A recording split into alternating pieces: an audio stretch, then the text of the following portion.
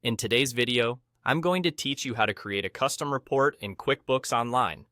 Creating a custom report is a powerful way to tailor insights specifically for your business needs. So, let's dive right in and simplify this process together.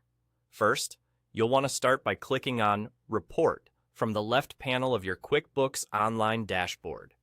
This panel is your gateway to all the reporting features that QuickBooks offers, and it's quite intuitive once you get the hang of it. After clicking, you're going to head over to the Custom Reports tab. You'll find this tab near the top of the page, and it's dedicated to helping you create and manage reports that you can customize to suit your specific business requirements. Now, once you're in the Custom Reports tab, look towards the top right corner, and you'll see an option labeled Create New Report.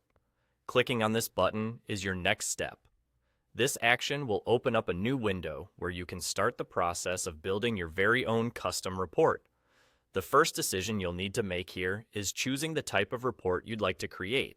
QuickBooks offers you several options, such as invoices, expenses, sales, bills, journal entries, banking transactions, or a comprehensive transaction list. If none of these options fit perfectly with what you have in mind, you can always start with a blank report, which is exactly what I'll do for this demonstration.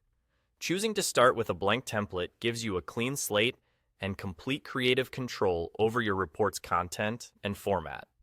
Now, with your blank canvas ready, it's time to begin customizing.